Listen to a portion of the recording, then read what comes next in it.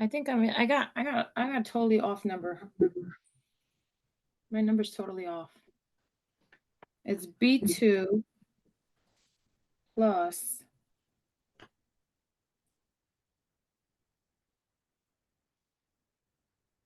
hello?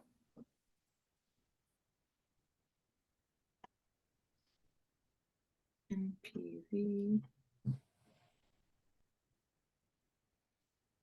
Oh, I was muted. Okay, there you go. I'm back.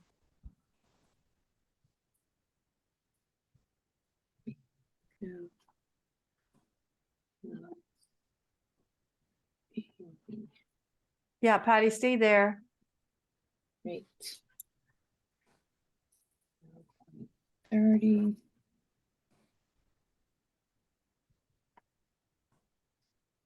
Did you put yours exactly like she has, Romy? An A and B columns? Yes, I have column A, column B, then I have percentage, which is -30, and then it's In column equal. D. You have it in D? You have a space there? Yeah, space, and then column D is the percentage, Yeah. and then column E is NPV. Then I did equals B2 plus NPV, and then the rate is 0.30, and then which is value 900. No, you start at the 1 because you use 900 in the Um, you see? You have to start the next one. So Oh, NPV, so the then formula just uses the future cash flows. It doesn't use the initial. so then I'm doing 1,200, 1,300, Yeah, and then negative. 12,000. Yeah, 1,200. Oh, negative. Oh, okay. I started NUR and I was starting at 900. So it's 12. Let me see if I get the same number. So it would be 1,200, comma, 1,300, comma, and then negative 1,200. Shit. I got 1,646. Okay, let's see Romy's work. Patty, you can keep working. I And have a different computer. I'm on a different computer. That's why, because my laptop is too small. My send me a picture like you did last time. desktop won't. Send me a picture like you did Let me last see. time. I gotta get a drink of water. Can I screenshot? I'll be right back. How do I do this?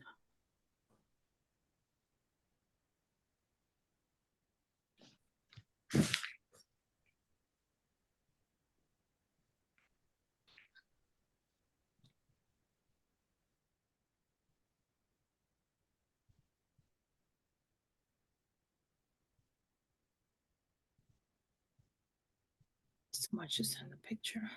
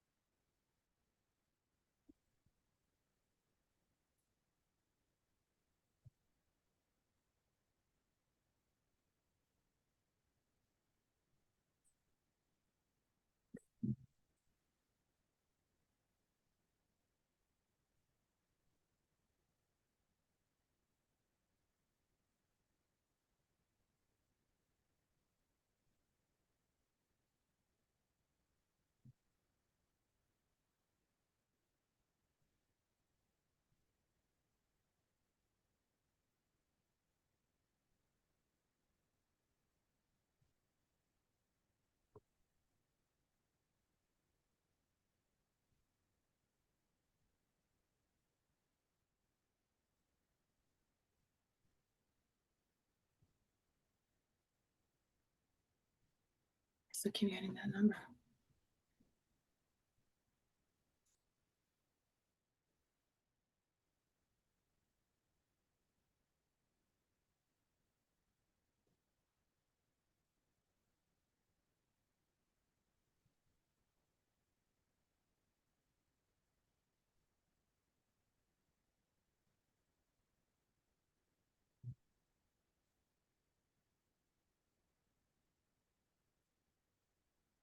Romy, did you send it to me? Let me, do you want me to send you like a picture? Well, I don't know how to help you. I'm trying to, because I'm putting in I did the formula. It's equal B2. I'm doing equal B2 plus the NPV function. I'm trying, it's so hard to, because I'm on 2 different computers. I'm sorry.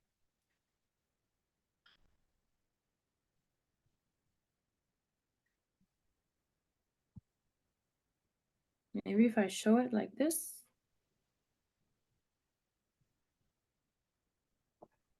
Are you able to? No, it's too much. Can't see it. No, I can't see it. No. In the meantime, why did you put B6? There's no value in B6.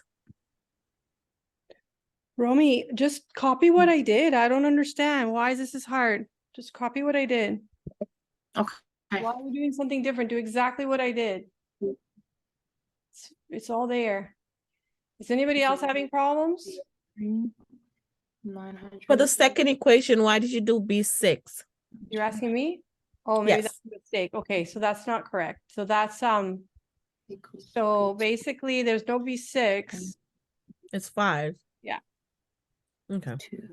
So what happens is because so we're gonna do B3. No, it's gonna be B2. So what we have to do, remember, we talked about this, so that I can copy it all the way down. I have to fix, I gotta fix the positions. So I want to go down the column, but I want to stay in, what do I want to do? I want to always use the same numbers. If I want to use the same numbers, but just change the rate, I have to put these dollar signs to fix it all the way down. So if you guys can add in the dollar signs, that's what we did last time. Now this one, you see that? So that freezes it so that all I'm going to change is go from D2, D3. D2, I didn't put the dollar signs on because I want it to change as I go down. So Patty, notice that. So that should be the next one.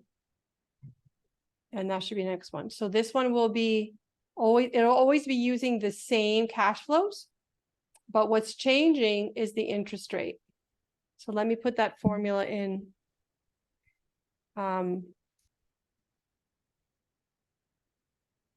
In here.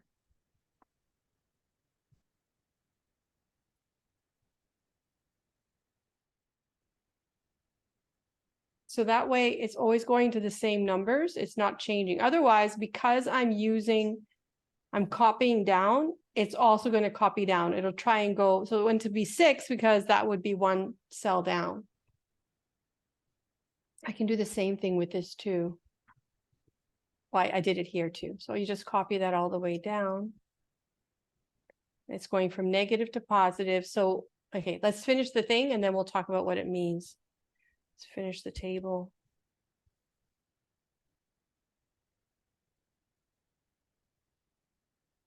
You guys don't have to put the description in. I'm just putting it so you can copy what I'm. You don't have to put F in.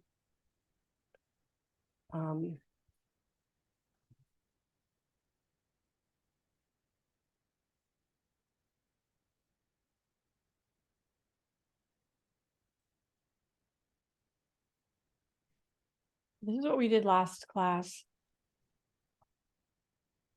Now, I don't want to spend too much time on this because it's just one problem on the assignment, and but I want you to be able to make it if you have to make it and interpret it. So you're going to do, there's one assignment question where you have to do that. Okay, so is everybody getting these numbers? How are we doing? So all you did, you've done it here once, and then you should just be able to copy it down for whatever one that we want. So here I'm going to put 0, and then I'm going to have 10%, 20%, 30%, 40%. Unfortunately, it has to go really high because I know this one. We have to go really high. which is not realistic. Usually, rates of return are around where investing in the stock market is on average. Investing in the stock market return on average, like an annual average over the last 100 years, is about 12%. So required rates of returns that are used in this kind of analysis are like between like 8 and 20%, something like that. So even though I know that, I'm just using these high rates because I'm going to try and find and be sure that I found 2 internal rates of return and be done with it. So all I'm going to do now is I'm going to go here. Watch me, everybody. I'm going to go here and double click with this little, if you can get the little cross in the corner, and you double click and it gives you all the answers. Mm. Don't forget to put the percentage symbol or it doesn't work.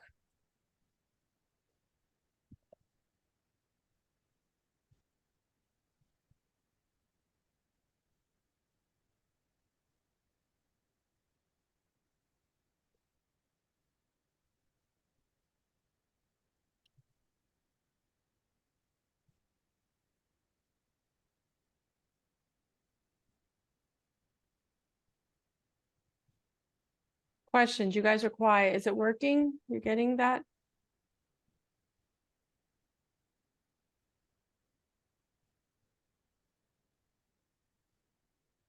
I'm sorry, Professor, could you repeat the formula in F? Because I don't know what is it that I'm doing that I'm not getting the right number. It's here. It's always here. It's all here. This is that one. This is that one. The only thing that changes is D2, D3, D4. You basically copy one of these all the way down and just, it should reference here.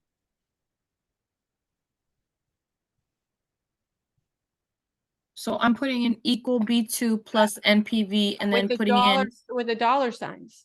$B, $2 plus NPV bracket D2, comma, $B, $3, colon, $B, $5. And when I touch here, it uses all the data there on the left. So what, do you get the first one at least? let me try again. Line B. 2.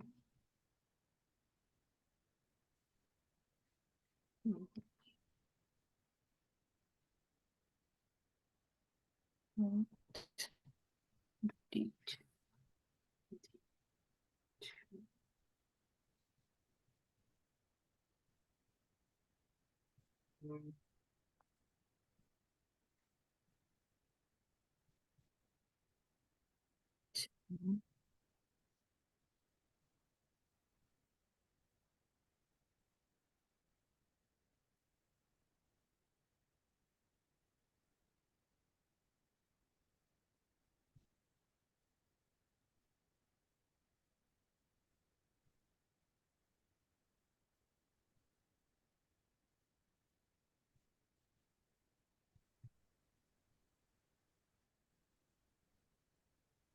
Fill my water.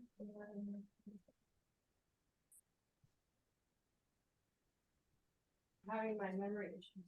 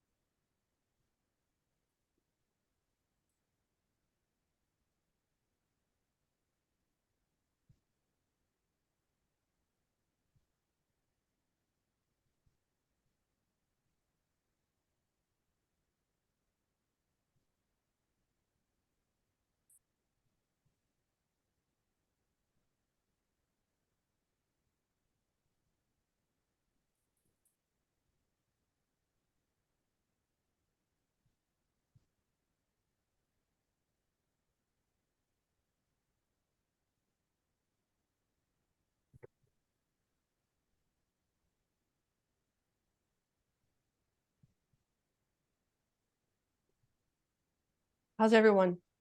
Done? Finished? Rhoda's finished? Patty's finished? Barbara's finished? Okay, Lydia? Right.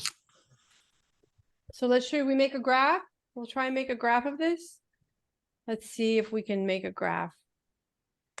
So I'm gonna highlight all of this and say, insert. It should say chart. Oh, here, chart.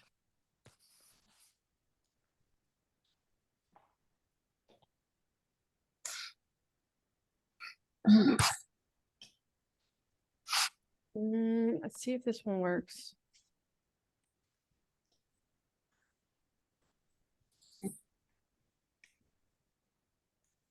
Let's try one of these.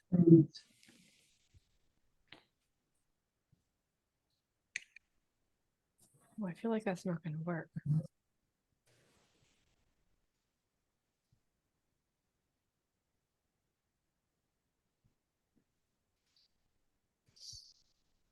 Insert. Okay, let's do this line, but I want a curve. I don't want a line. No, it has to be scatter. Okay, scatter. Let's see. There you go. It's ugly, but that's it. Let me change this to no decimals and let's see if it's better looking. No, it won't let me do it. So you scatter so it can make the dots.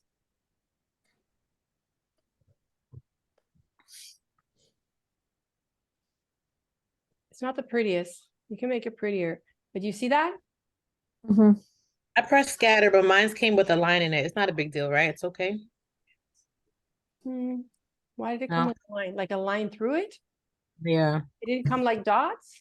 If you hit It's scatter, not, but there's a line through it. oh. Like through it, like through the curve or like just, Yeah. Like Oh. following the curve. yeah, that's better. I like that better. So I can do that here by doing, I touch here and I double click and what happens? Okay, so if you double click the chart, like I'm doing, this is not advanced. You guys can play with this. It might be good for your final projects, like another course, because I know you guys have a big project if you want to make a chart. So you double click on here and you go to add chart elements on the left. You guys can make notes about this because you're going to forget if you don't use it. And you hit trend line and it'll show a line if you do that though. You don't want a trend line. Let's see, more trend options. Yeah, you don't want a line, you want a curve. How do we get a curve?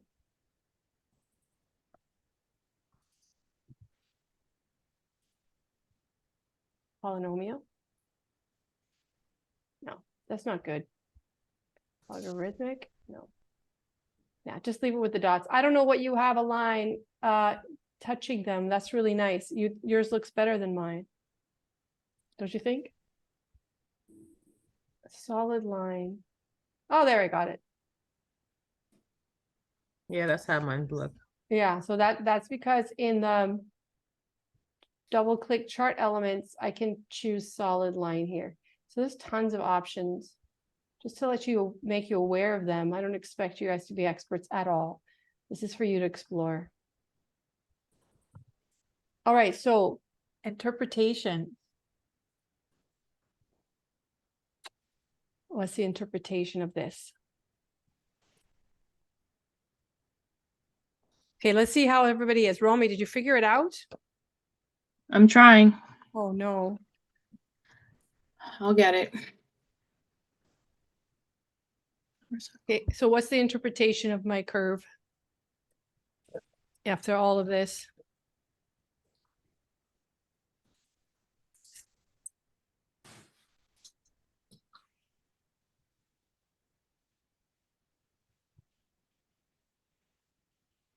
So here is 0. This is the zero line here, $0. Okay, so this is dollars, that's NPV. And this horizontal axis is the rate. And it's saying that NPV will always be positive between somewhere around here, and it turns out to be negative 27 and 70. Like that's where it's hitting, right? Approximately.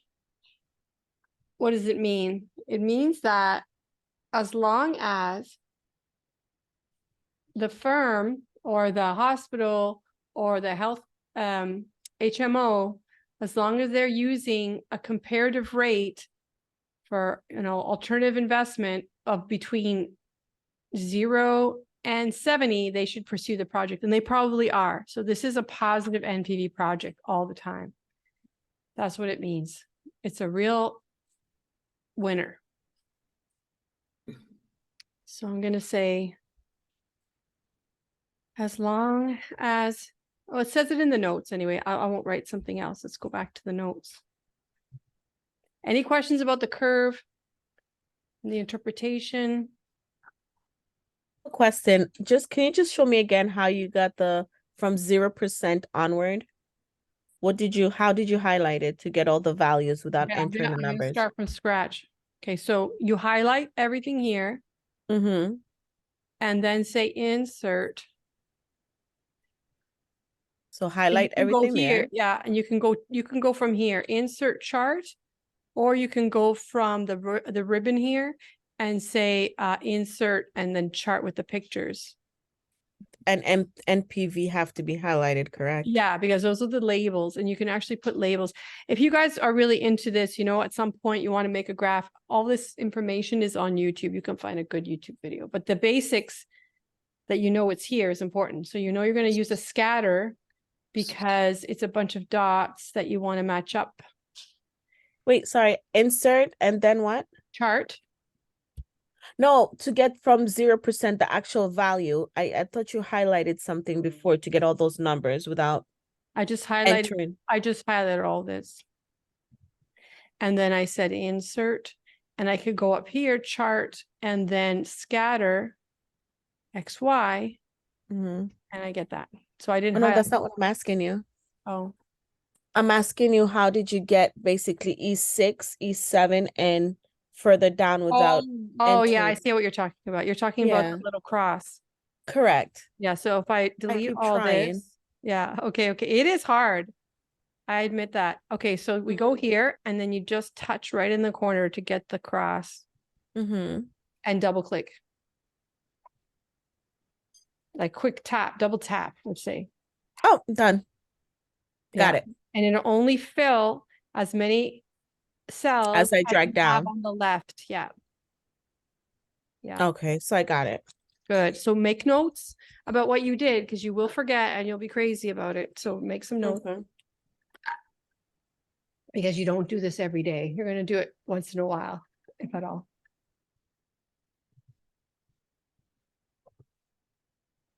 Okay. And you're going to do the chart, right? You're going to draw it.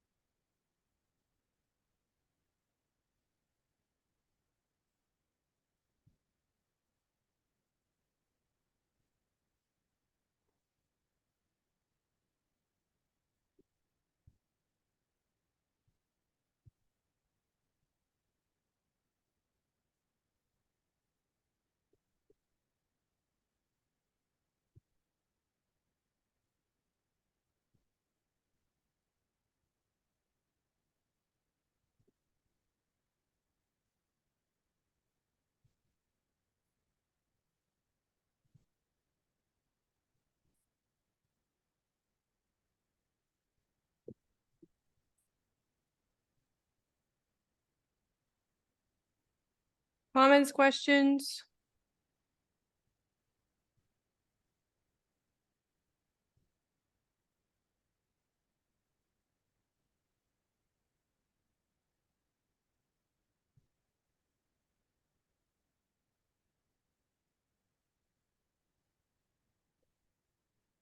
Okay, let's go back. Can I go back? Or are you still using my example?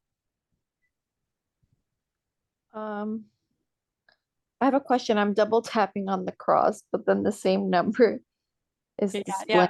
you wouldn't, once you get the cross, you're forever gonna get the cross because it's just so hard to get it the first time. Okay, so let's do that again. Okay, watch me here. So I go to the corner and double tap. You don't have to click, just tap. Is that, well, I guess you have a clicker. I have a, Mhm. yeah, so just double tap and there it comes. I wish I could see your your mouse. It's copying the same number that was. The that other was thing is you can just, fell on you can top. drag it. You can drag it as well. Okay. You can hold and drag until you figure out the cross thing. The double tap. I have a trackpad. Mm. It makes it easier. So if I clear. So yeah, so I'm going to just hold it and drag it with the cross. Or you, actually, if you go copy and then you go like this and paste, is that going to work? Yeah, that works too. So there's different ways. Find your way. So am I, Romy, did you get it? You know what? I think I realized why I wasn't getting it. I started a new spreadsheet because I had a whole bunch of numbers in cells D2 and D3. So I think that's why my numbers were off. Okay. It Yeah, has to be. yeah. Well, it's working now. 30.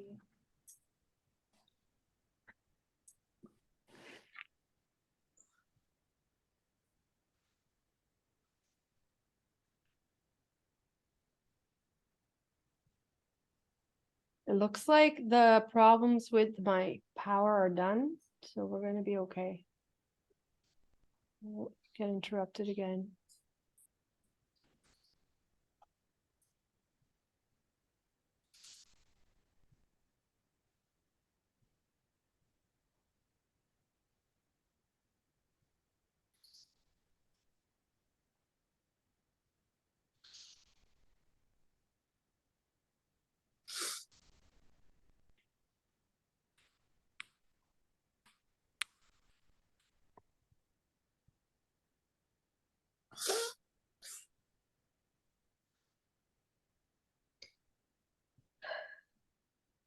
Are we good?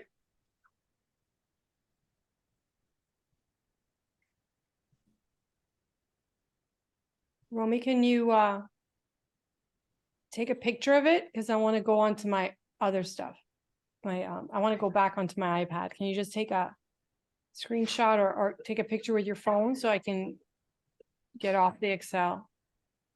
Do you want me to show how to do the graph again, Romy?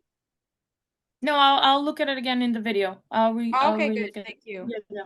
You can go on, Professor. I don't want to hold you up because I'm going to work on this.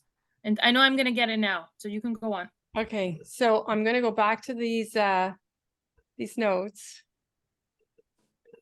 So to continue, it connects. Is it like connecting? Try it again. We are recording. Yes.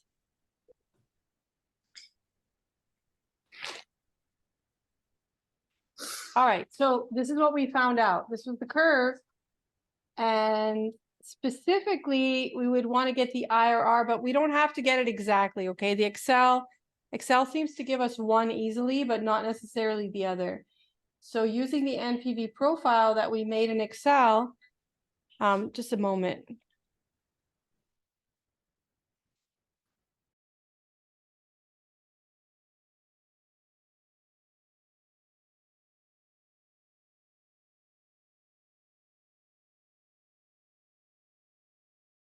Okay, so this curve demonstrates that the NPV is always positive between here and here, -30, that nobody will use any of these negative values as their discount rate. So no entity will do that. They'll start at 0 if at all.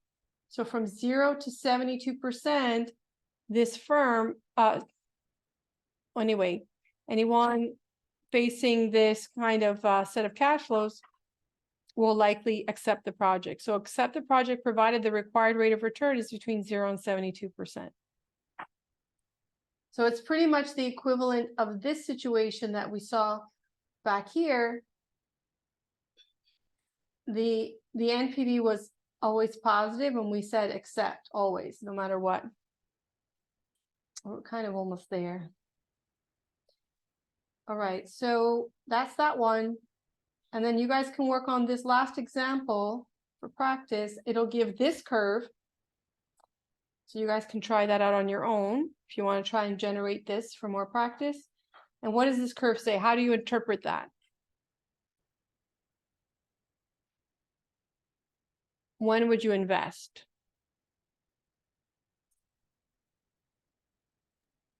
Is it after it's giving us the 33.96%? Yes, so as long as the discount Yeah, rate I was is gonna about say. 34 or higher, or if the discount rate is below 8, from 0 to Mhm. 8. And why is that? Going back to these cash flows, look at them. There's relatively speaking, this 850 is a lot, but it's way in the future.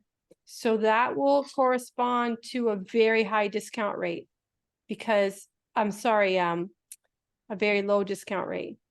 So you don't want to make this, you don't want to diminish this, right? The higher the discount rate, the lower this is in terms of money today.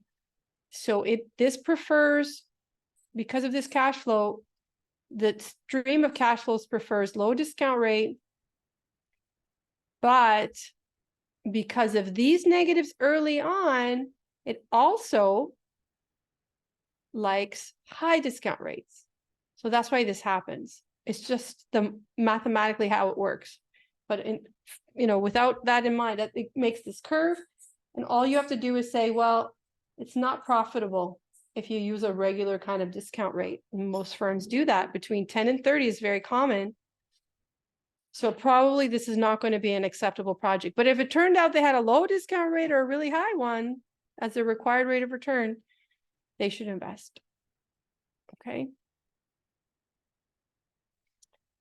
All right, so you guys can try and generate that for practice. And then I'm going to talk about something new. Any questions about this?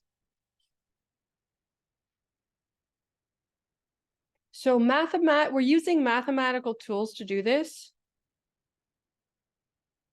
But the interpretation has to be relevant to finance and business.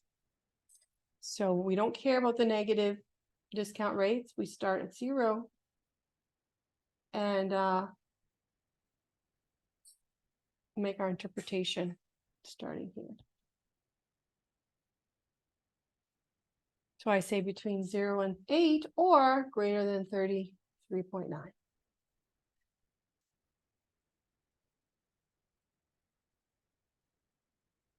Okay. All right. So I'm going to talk now about mutually exclusive projects. So we learned about the NPV. We learned about the payback period and the discounted payback period.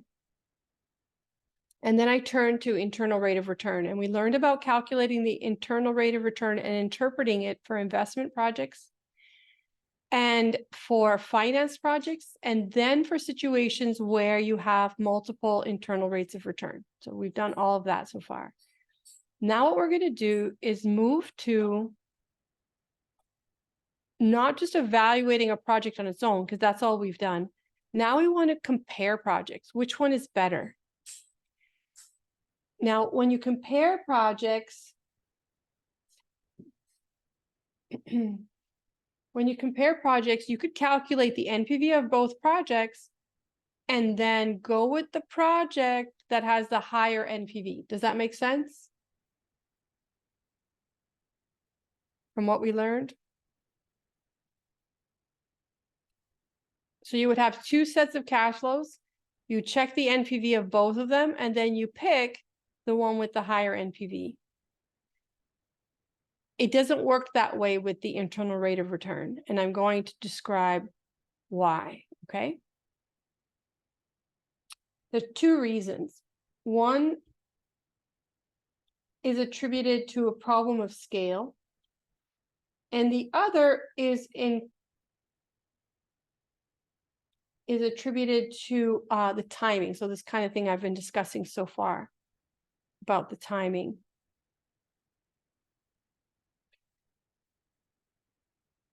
So here's to motivate you to understand what I'm getting at.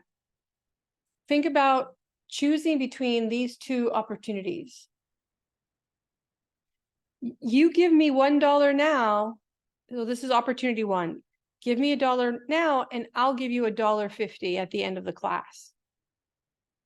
Or do you pick opportunity two? Give me $10 now and I'll give you back $11 at the end of the class. Which one do you pick? The One or first two? opportunity. Okay, how many of you picked the first one?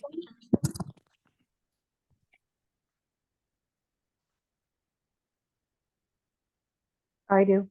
Yeah, Ruda, me too. Barbara, Lydia, which one do you pick? One or two? One. Okay, so why would you pick one? That's a desire. What's higher would be the The- percentage is higher, right? That's how you feel? 50 cents on the dollar. Yeah. So you feel like you're getting you're Only $1 for getting more.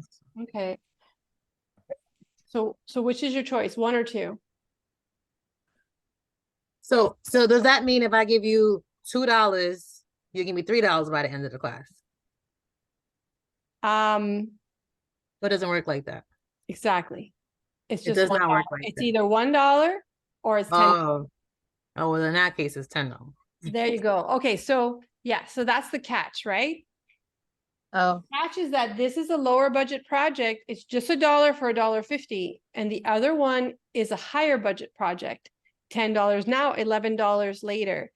In net, in dollars and cents, the second project gives you a higher amount return. There's no risk here because I'm going to give you the money. But looking at this, the first one, it looks like it gives you a lot because it gives you 50% back. Mm-hmm. This one only gives you 10% back, but that's not the way you're supposed to compare it. Because like you said, it's not relative. It's not like, yeah, you can put $10 in the first one. No, I'm saying $1 for $1.50. And this one is the higher budget project. So when you have a low budget and a high budget project, it's hard to compare them with percentages. Okay. That's why the NPV gives you the right answer. The NPV tells you to go for the second one because you make like $1. I just made up a small discount rate here to make the point that it's like, we're still making an NPV, but this is like $1 back. And the first one, you get 50 cents back. The second one is right. But if you do the IRR, it's like you get the wrong answer. All right. Because the IRR assumes that it's 50% for every dollar invested, but you're not going to have an opportunity to invest more than one. So that's giving you the wrong interpretation. But we still want to use IRR. Can we still use IRR? That's what I'm going to deal with next. Okay, does everybody understand this example? So IRR fails here. It doesn't give us, it doesn't, like the higher IRR is not the right answer. Okay, and that's because using the IRR here is inappropriate because they're not comparable projects. Basically, that's the answer to explain this. These are not comparable by IRR.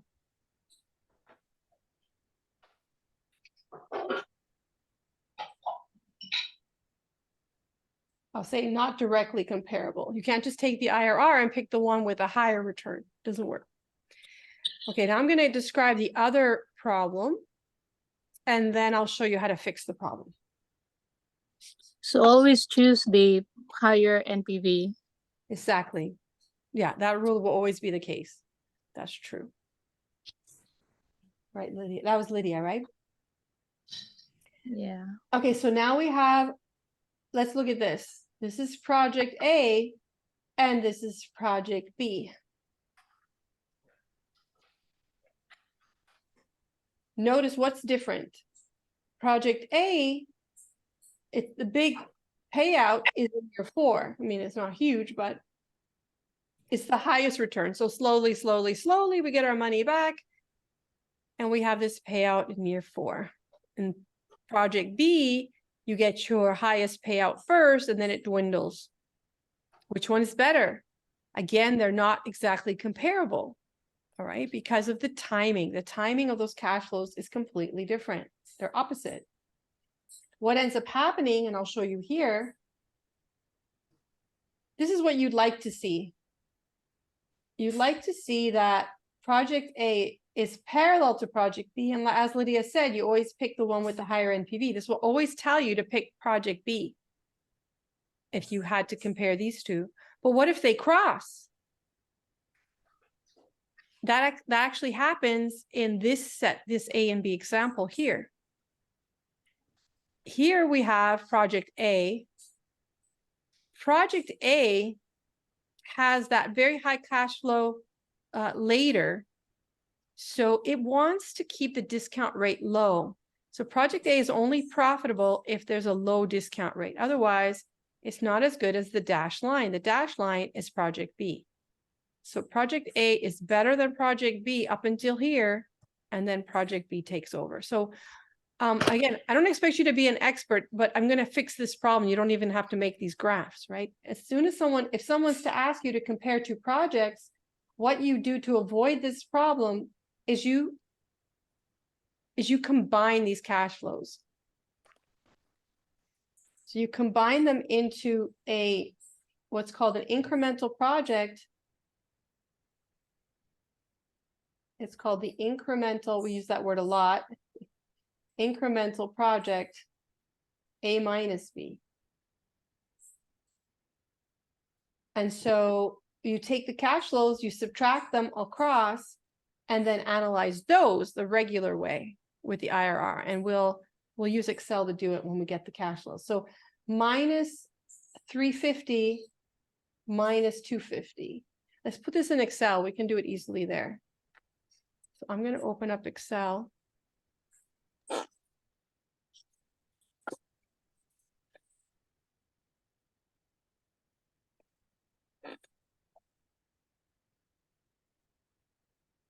All right, I'm a little bit slow when I have to switch. I have too many things open.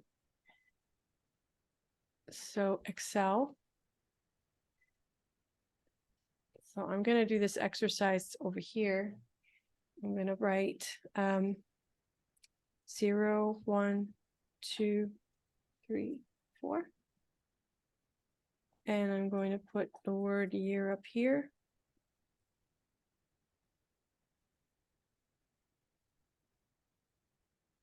And then project A, project B.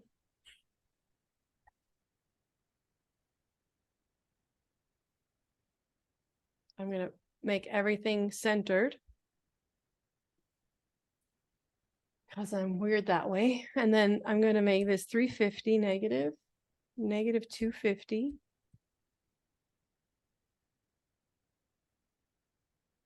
50, 125, 100, 100, 150, 75, 200, 50, and then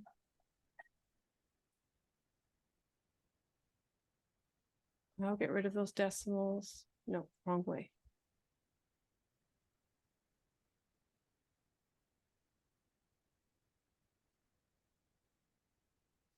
It's weird, but that's fine. Okay, so then so I'm going to make A minus B.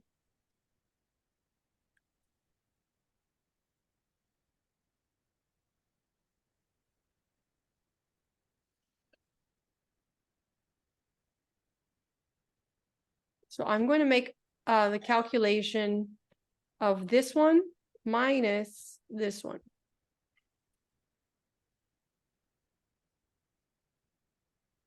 And then I'm going to get the cross again and drag it across.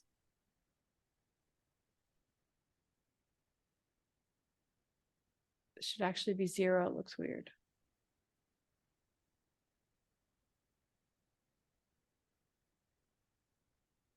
Let me know if you can do that or you have any questions about that.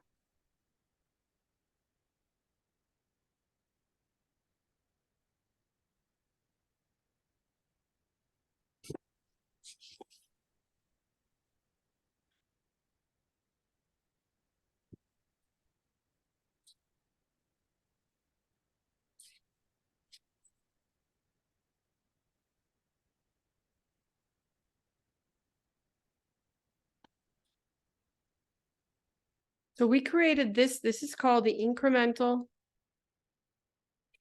project A minus B. Now, what does it mean?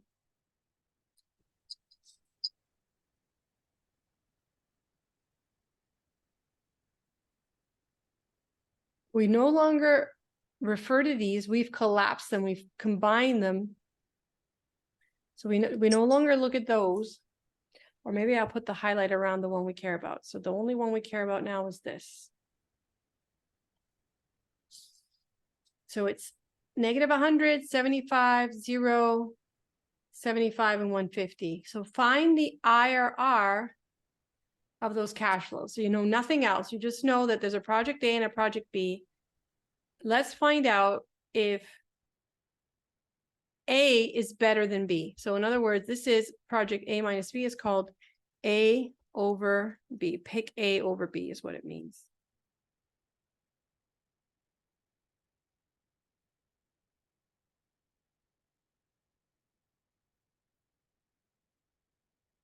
So do you remember how to do the IRR? So equals IRR. Let's see, make a bracket. And it says values with a guess. Let's not even put a guess and see if we get the answer. No, let's just close it. And that's what I get. You guys remember this, right?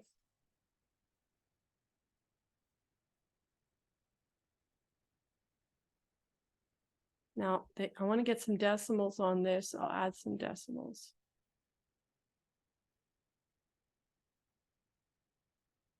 Okay, so I'm done. I'll wait for you.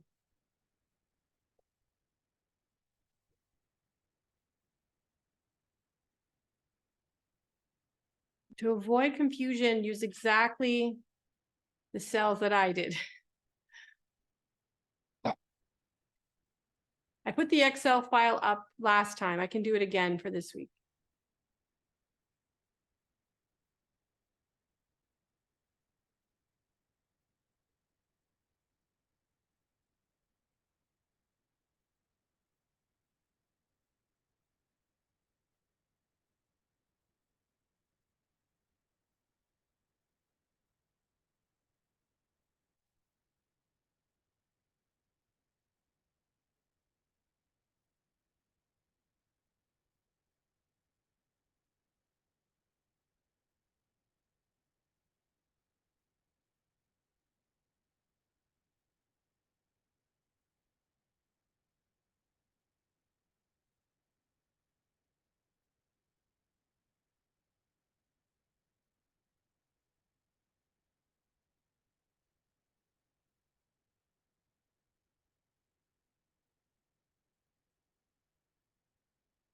So get the number and then we'll do the interpretation.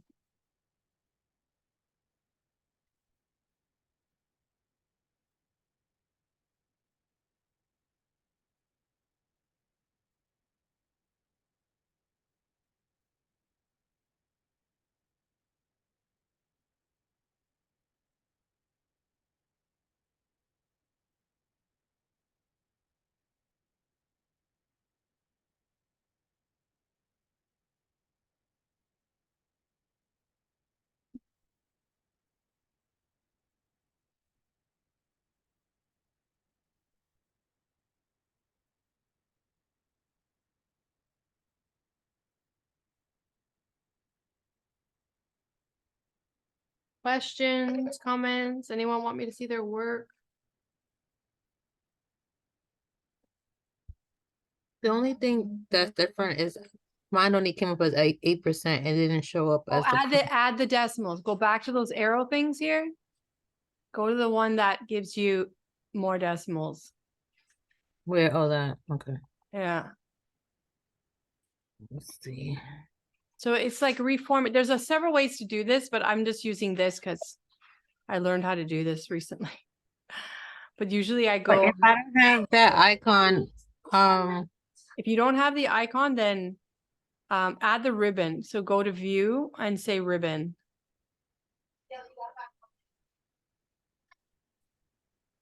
Do you have that check mark ribbon you said go to view. and ribbon? Let me see.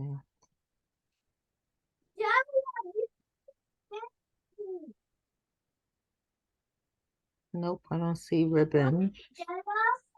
Oh, are you on an iPad? No, I'm on the Surface tablet. Oh, the tablet. So it looks different. Okay, so Let me see, it's under, no. the other way to do it is format cells. I think we went through this last time, right? It was weird. There was something on the right, I remember. But why is it doing that if the other numbers, the decimal came up? I don't know, it just reset itself or it went to default. It's annoying, I know. But there's decimals there. It's just hiding them. Wait, let me search. Nope. Send it to me, Barbara, as a picture. I don't know, you did this last time. I remember this. We went I through. can share the screen. Okay, share the screen. I'll turn mine off. Oh, whatever's easier. Okay, share the screen.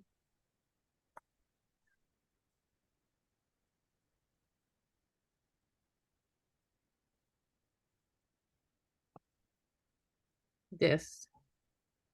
Okay. So, see, let me see. Hold on. If you go to home, because it's, you know what? You're not on home, you're on insert. So click on home. That'll give it to you. This one. There you go. Wait, this That one? one. That one. Yeah. There you go. Thank you. Good. I hope you remember all this. These Excel files. Put them in a folder for the course. Because like I say, if you don't do it in a month, you will have forgotten, or at least 3 months. Okay, so I will share mine again. Okay, questions, comments. How do we interpret the result?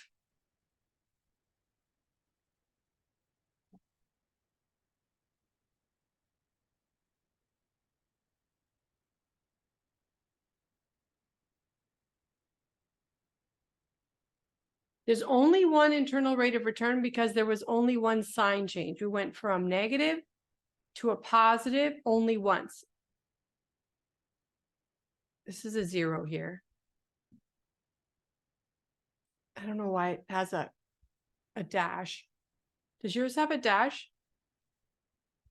Mine just looks weird. I'm going to change Mine this. comes up with a 0. I'm going to change it to currency and it'll look better there.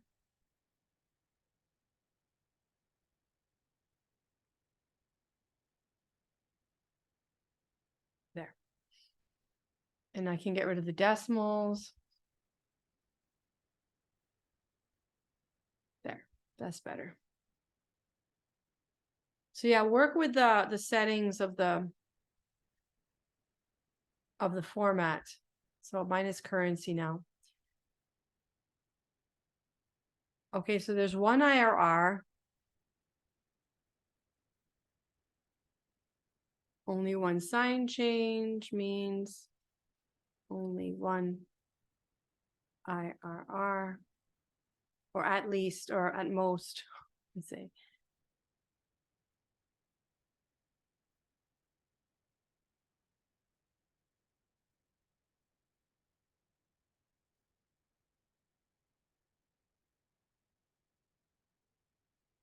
And we say that because the first one is a negative, the first two are negatives, and then it becomes positive.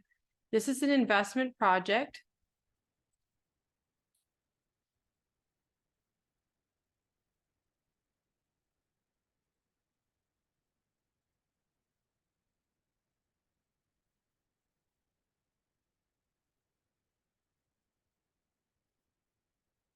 Okay. And what did we learn about investment projects? The cash flows go from negative to positive, and then we interpret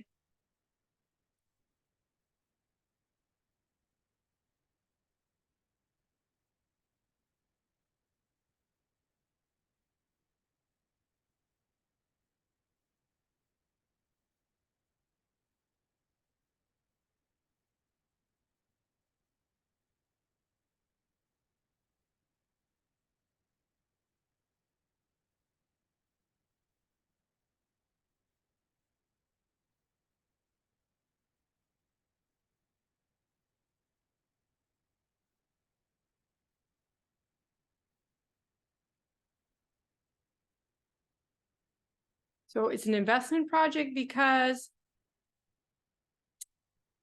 it looks like you're investing and then you're getting your money back, right? And you're getting a profit. You're getting more than recovering your costs. So it's an investment type project. It means that the IRR we get out of the analysis is like what your return is on the project. And as long as it's better than you require, you accept the project. So we would pick A instead of B as long as this exceeds the discount rate. So for instance, if the hospital had a RRR, required rate of return of 5%, what would be the decision?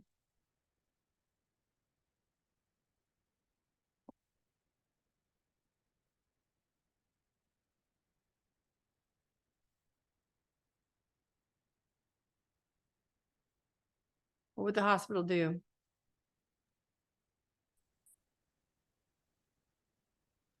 They would get it because the 0.8% is greater than the Excellent, rate of excellent. return. So the hospital would pursue project A instead of project B.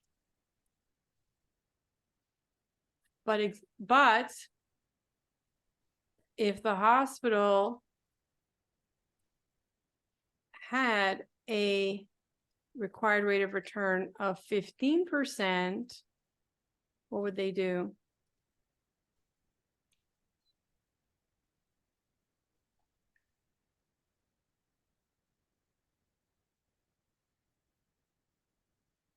It would go with project B instead of A.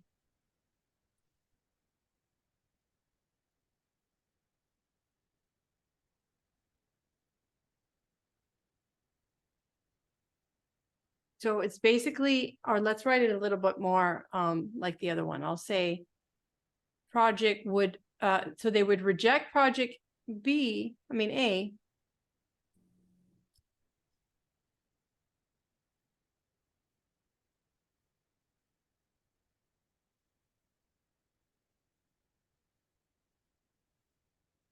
To project B, okay?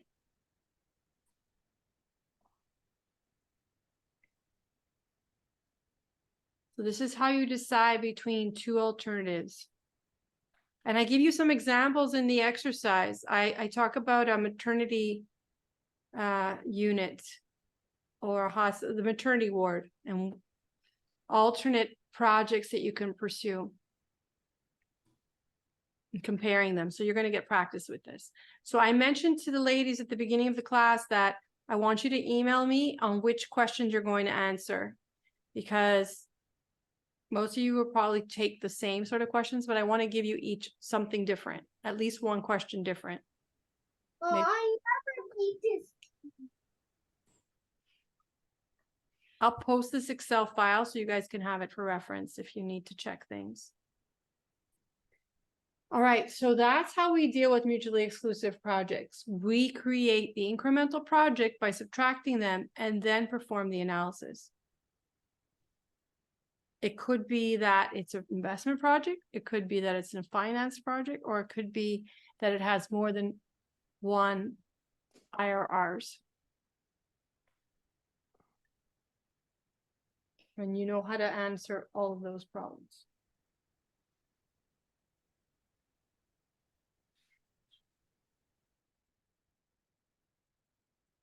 Let me know when I can continue because I'm gonna go back to my slides.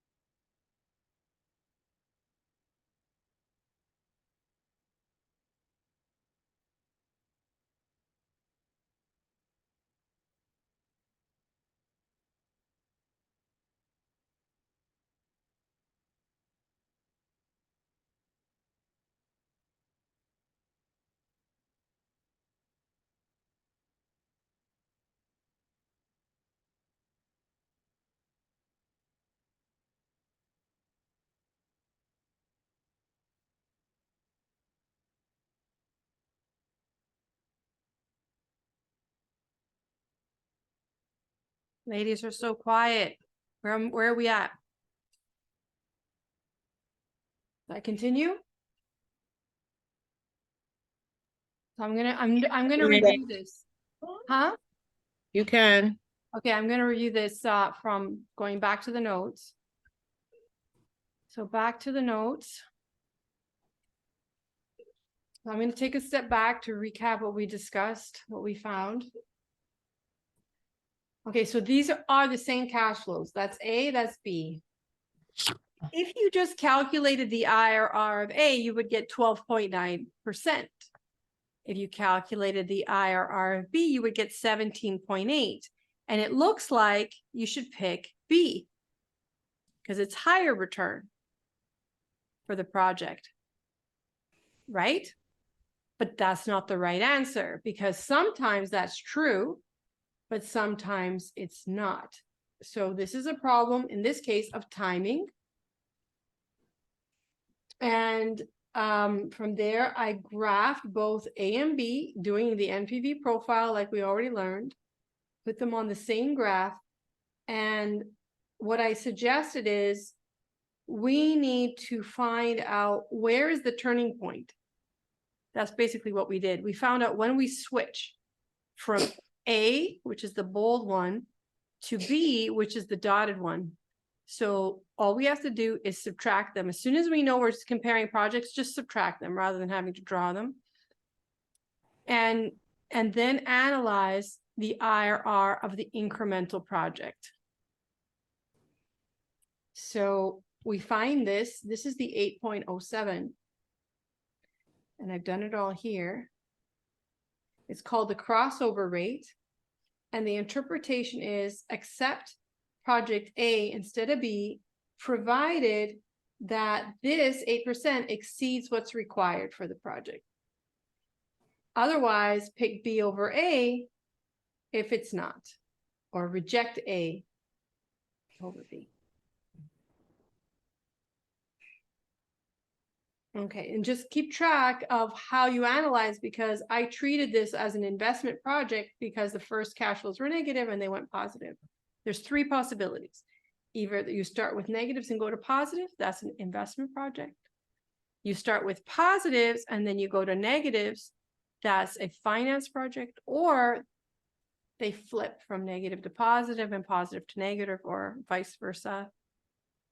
That's an IRR analysis, okay? So let me know if you have trouble with that on the assignment.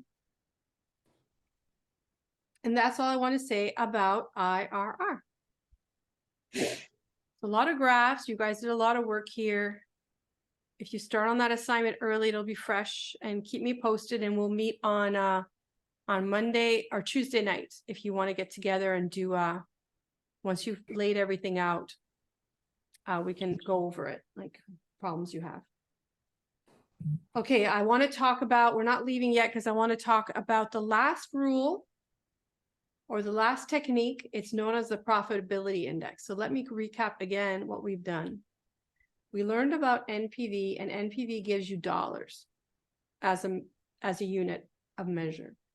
Then we went into the payback period,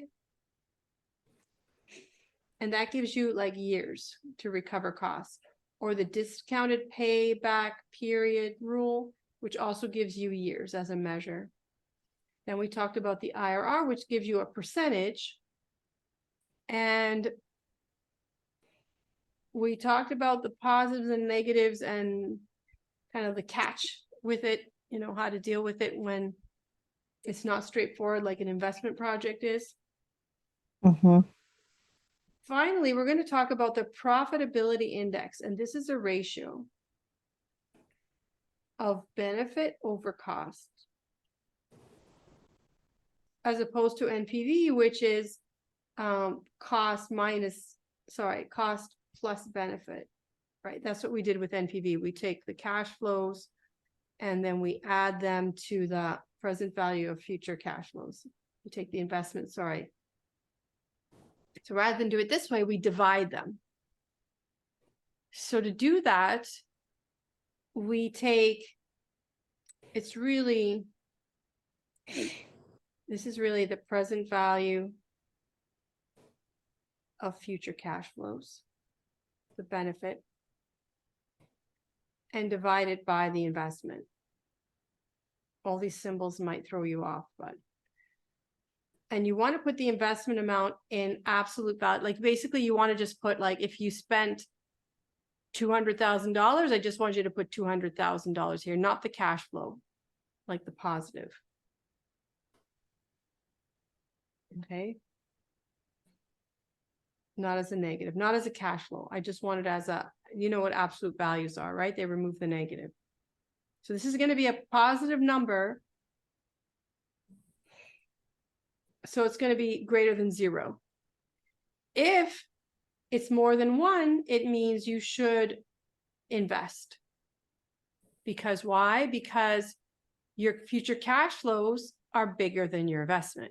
So for every dollar spent, you get more than $1, in other words.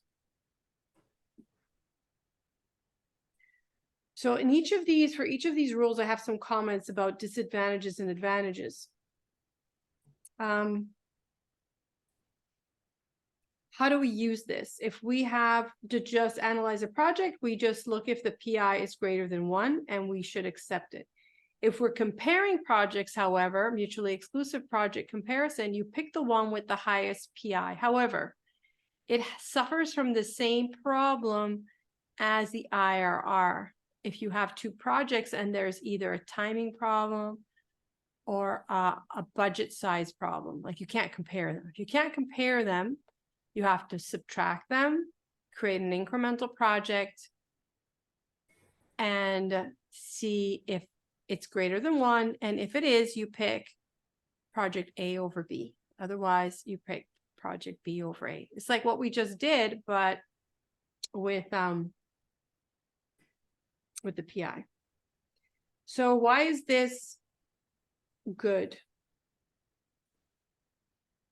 So anyway, that's a disadvantage, right? That we have to do the mutually exclusive project analysis if we have 2 projects to choose from with a timing problem or a scale problem.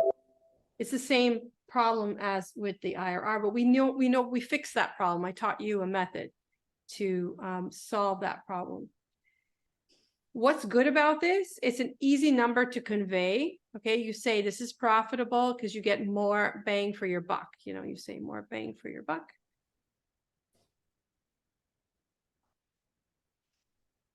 You're just saying to people that are interested, investors, or if you're working in a team and you really want to push a product or a device, and you can say, you know what, we're going to get more than our money's worth for every dollar we invest. We're making $1 and whatever, if it's greater than 1. You'll get the correct decision doing this if you evaluate projects on their own account. And then there's this special case that I'm going to talk about in a moment. When we have to do capital rationing, that's when we have, like, I have an example in the exercises. If you have $2 million and you can pursue, for an example, if you have $2 million, or no, I think I said, yeah, $2 million, and one project's $1 million, another project's $1 million, and the other one is 2 million. So either you can do 2 projects for 1 million each, or just the one project for 2 million. Anyway, without saying too many words, basically you have a budget and you can do more than one project. The PI helps you get and make your decision right away. So that's good. Okay, so let's calculate the profitability index for this problem. What we're going to do is calculate the present value of future cash flows and divide by the initial investment, which is the positive of this. So just like that, right? $1,100 or $1,100. That is the PI. So to get the present value of future cash flows, you can just do this in Excel. Remember, that's what the NPV formula gives you. Just roll in it. Oh, What's the rate here? mine there. I put it in the Yankee cups.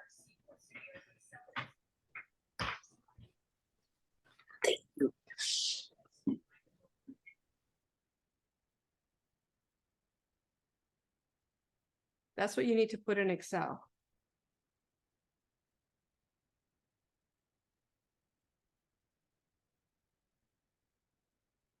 What do you get?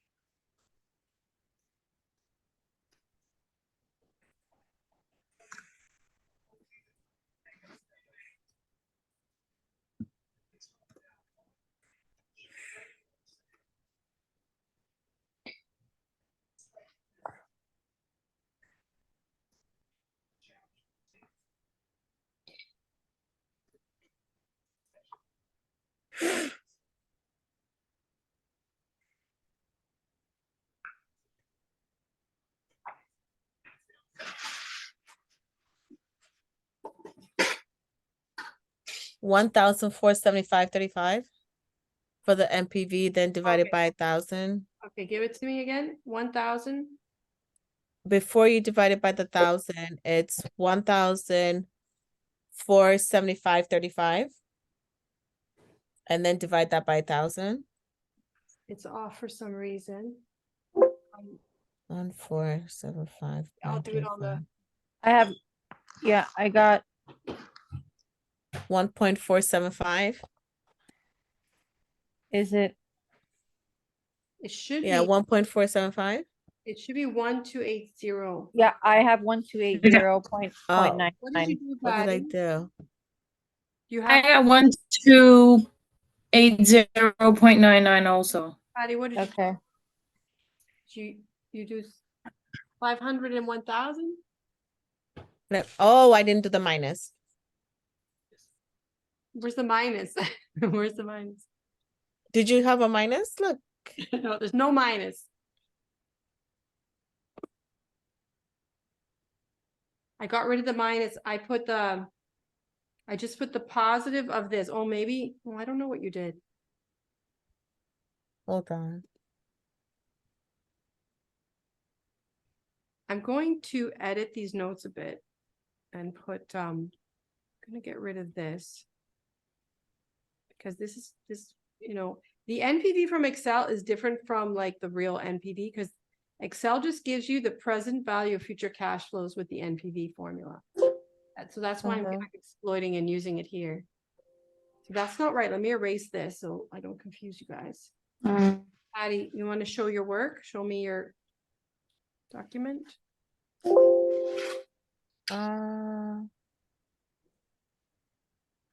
MPV. 1 second. Let me just look at it again, see what I did.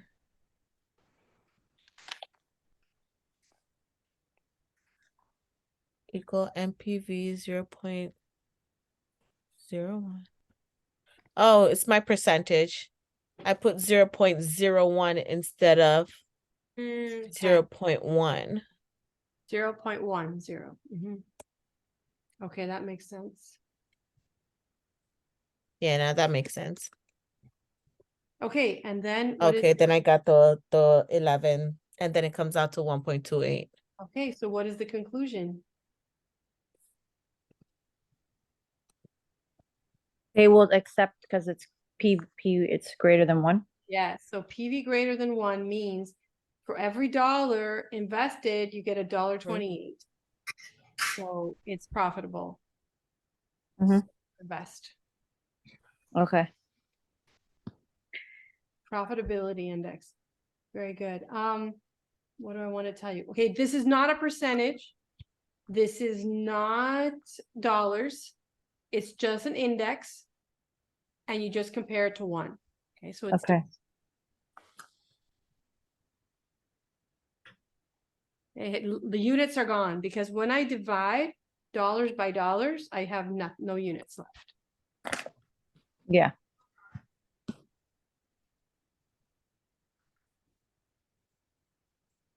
Okay, so I have this here, this calculation. But what I did here was use the original NPV and add back. So I'm going to get rid of that so you're not confused. I'll clean that up. But you guys did it right this way. You can do all this in Excel, right? How did you do it in Excel? You just did this and then divide with a slash? Mm-hmm. Good.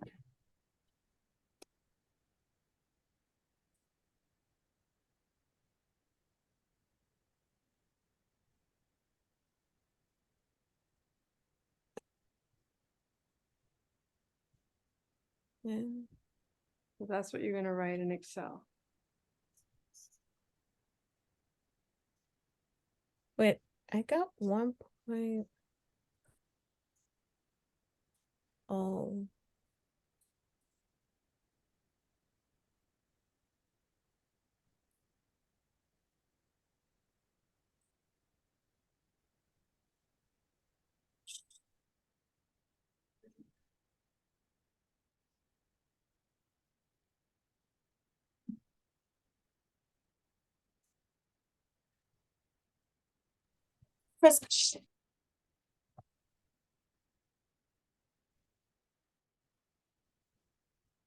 Professor, did you divide by 1,000 or 1,100?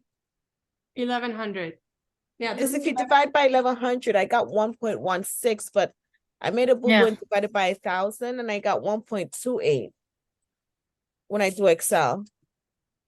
Oh, you need to divide by 1,100.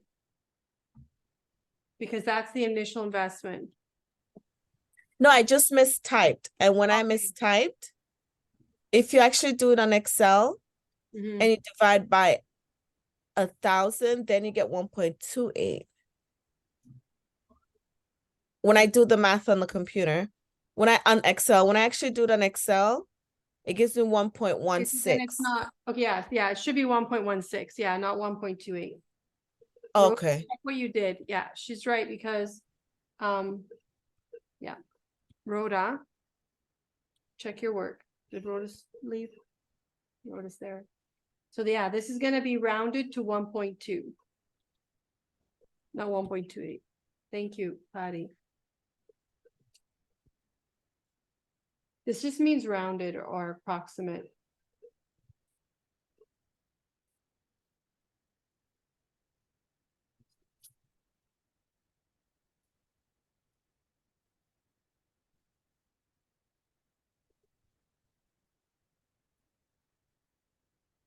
Is everybody good with my notation? Okay, the conclusion is that since 1.2 is greater than 1, accept the project. And this is a good project because you get $1.20 for every dollar invested. You get a return. Yeah. Okay.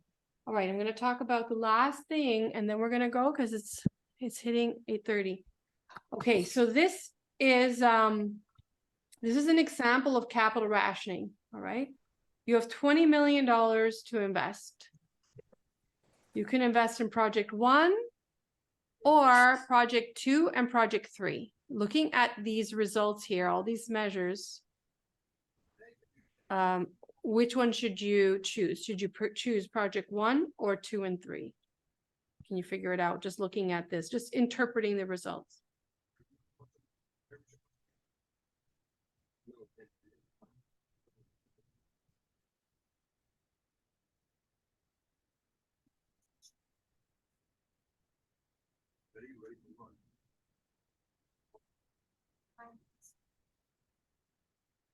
You can read my notes, but then just look at what I have there.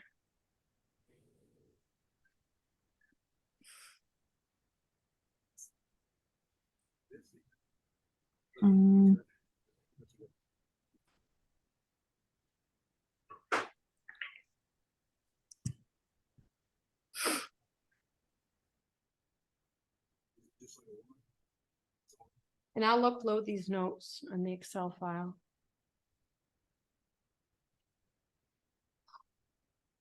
Just give me till tomorrow because I'm exhausted.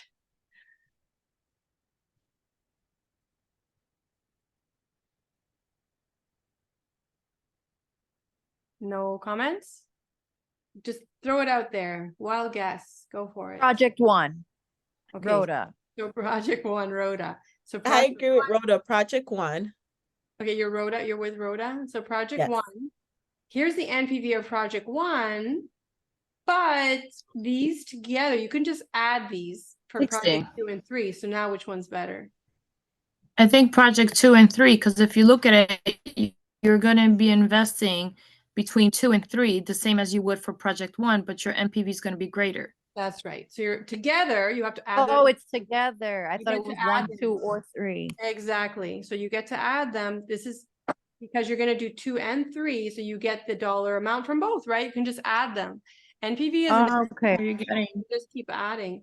Yeah. So this is for project. almost $70 as Yeah. So opposed to these are $50. these are thousands. So yeah, 70,000. Oh no. So these are, sorry, these are millions. These are millions. This My is- bad. Okay. These are millions. Everything's millions. So you would, yeah, so it would be projects 2 and 3. Okay. So everybody sees that in the NPV. Let's look at the other thing we have here, the PI. What do you notice about the PI? Mm, Which one's the best? project 2 has the highest Right. index. The second best. Mhm. So if you just take the PI, you can see immediately, this is number 1. It's the best. This is the second best. And this is the third best. So by ranking them with the PI, you see exactly what you need to do. Mhm. Okay, so PI actually shows you bang for the buck. This is the best. This is second best. This is third best. So you know, you just look back here and say, okay, well, that one's 10 million. I have 10 million left. So I'll pick project 3 and you're done. Okay, so I've just taught you how to combine projects. You can just add their NPVs. In terms of PI, you rank them and it tells you immediately the answer. So this is a special trick with the PI that the other ones don't have. So every method has its advantage over the others. Okay. But the disadvantages could be so severe that we abandon it, like the payback period, like we talked about. You have a risk if you just use the payback period of neglecting future cash flows that could be detrimental, or that could be a windfall, really positive revenue in the future that you haven't even added into your calculations or consideration. So in this case, PI has this special feature that it helps with capital rationing decisions. I have all the calculations here and I have some comments here for you to read. And now the summary slide is to say what happens in reality. What do CFOs, chief financial officers, or even nurse managers, what do they use? Which of these techniques do they use? Now, in asking this question, this was done in a paper published like 20 years ago, but these are still the techniques that we've been using for 20 years. It turns out the most popular is the IRR. Now, NPV is a close second. The textbook actually says NPV is the best, but this study showed that IRR is the best, but they're very close. Now, why is IRR, do you think, why is IRR, if you remember our discussion, why is it the top one, followed closely by NPV? What's the key advantage of the IRR? It's percentage. It comes in Okay, it comes in percentage, that's true. versus in dollars. Versus in dollars, or versus in years, or versus in Years or yeah. So yeah, people like, it's a simple number, people kind of get it, right? And we have averted any of the issues about whether, we have more than one IRR, and we know how to interpret it. We know how to convey it and explain it to people. But the main reason why people like IRR, because you need less information than the NPV. Calculating the NPV, you need a discount rate. You don't necessarily need that with IRR. You can get the IRR, and then you can say, oh, and here is where the project, for all these different discount rates for a range of values, the project's profitable, but it doesn't pin you down to one, right? So it makes it a little bit easier to generate decision, like to help someone make a decision about what to do. So this does not require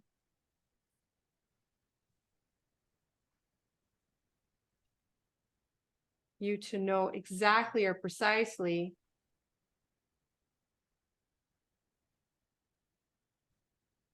the required rate of return, the interest rate you're going to use in advance. And even once you've done the analysis, you can give a range of possible discount rates that would make the project feasible. So you could present that to your investors and say, look, we use like a required rate of return for 10% for most projects, because otherwise we invest in the stock market. But this is better than that. So that's the way that's used. Whoops. Next is the NPV. NPV is going to give you the correct result. It doesn't suffer for problems of scale and timing.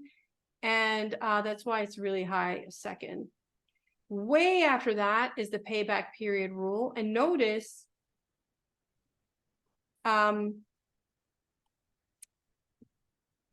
it's better than the discounted payback period rule. So if you're going to use something like a back of the envelope calculation, just to say, when do we recover our costs, or to report to investors, you're going to recover your costs in 2 years. And they tell you, no, we don't have money for that right now. We just want projects that recover in 1 year.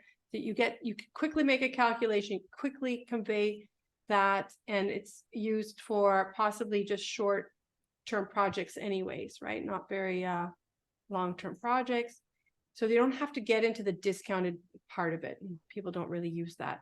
And as much as I was showing you the usefulness of the profitability index, I guess the trick that I just taught you, that the profitability index, when you're doing capital rationing, you have a budget and you can only do so many projects to use up your budget. Either people don't know about it, it's just not that popular. Okay. So that just gives you an idea of the importance. And I spent a lot of time on IRR because that's the preferred method.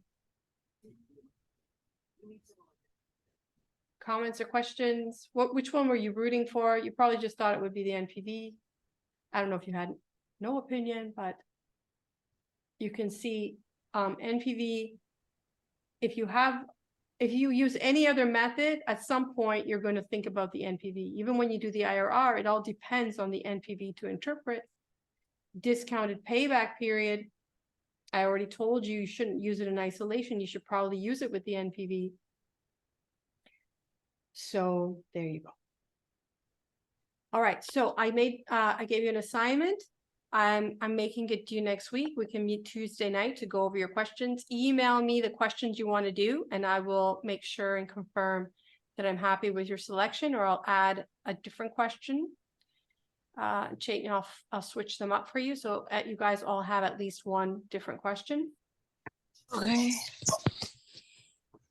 Send me that by tomorrow so that you can get started and before the weekend. Also, we talked about your journal reflection. I will give you the deadline of November 10th for the journal reflection, give you more time to work on this. And I'm working on refining your final project because I'm trying to make it easier than it was last time.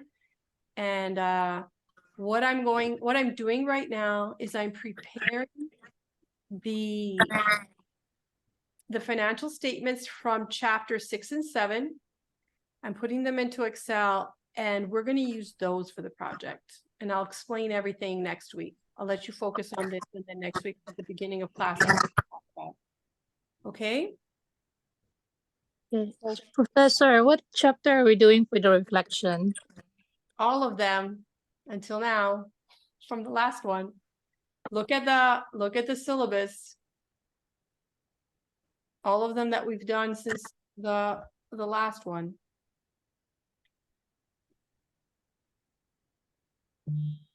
Look at the syllabus. Let me get it. Let me answer your question so you're not in the dark.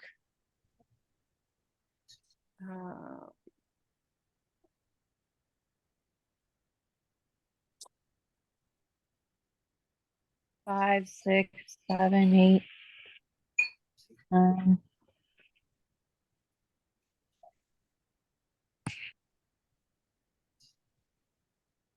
Yeah, I'll project. Let me stop sharing this and I'll project I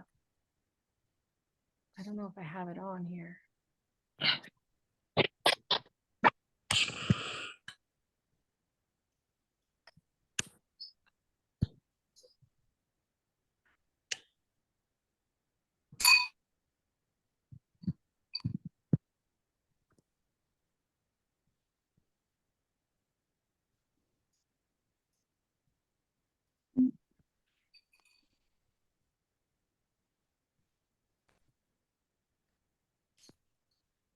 Okay, I'm going to share.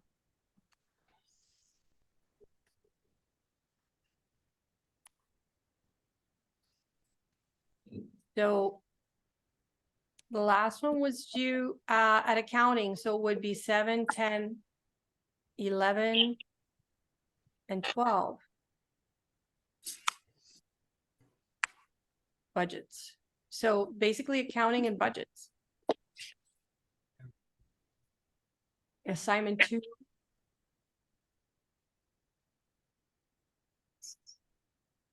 Okay. I have a question about the assignment. So you're going to upload our assignment and then we all get to select a problem, or It's already up there. I uploaded it already last week. I had everything up the next day after the class. and then we just select a one? No, it's 5. Oh, it's a 5. I don't know why it won't show. The assignment, it doesn't open. Not for me, but maybe it's because I'm on a tablet. We were just talking about it, and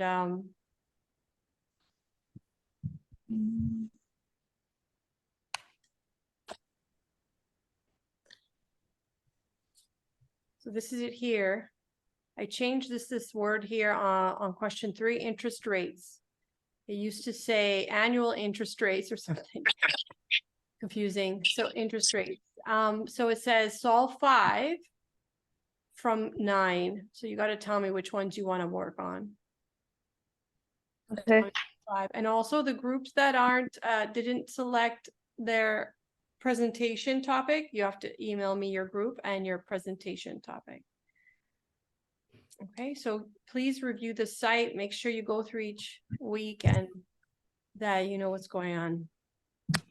In there, I have discussion questions that you can use to review when you read the chapter or skim the chapter. And I have problems and exercises there, but obviously focus on this for this, this week, focus on this assignment. These questions are variations of the ones from the textbook. I've adapted them. So in other words, they're relevant to the chapter, but I made them a little more interesting. I think they're more interesting.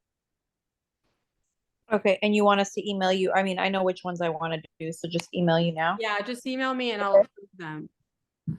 Okay. Because I might change one and force you to do like question 9 or 8 or something. If you don't want to do it. I'm going to look at your selection. So be creative. So then I don't have to change anything. Be ambitious. All right. Okay. So we've done all of this payback period. I don't think I did the cash budget yet. So that's, I guess, it's kind of out, unless you guys want to read ahead or read about cash budgets. But I've done everything else. Profitability index.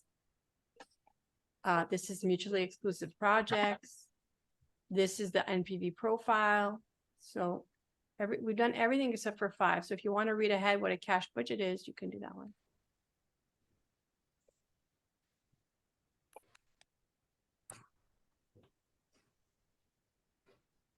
It's just, it'll be in chapter 10, I guess. Chapter 11.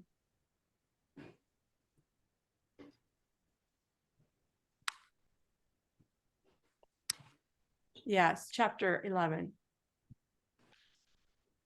Okay, questions for me? You guys don't want to go? You're still here. No, I'm okay. I just emailed you. Okay, good. So next week we'll connect. So next week on Tuesday night, if you want to get together, I will be on at 6. I'll have my office hours. Okay, will you share the link for that? Oh, it's the same one. Okay, same. Same thing. Yeah. Okay. Thank you. Good night, everybody. Good night, Rhoda. Good Bye. night. Bye. Thank you, Night. Professor. Bye. Good Good night. night. Bye, Patty. Good night.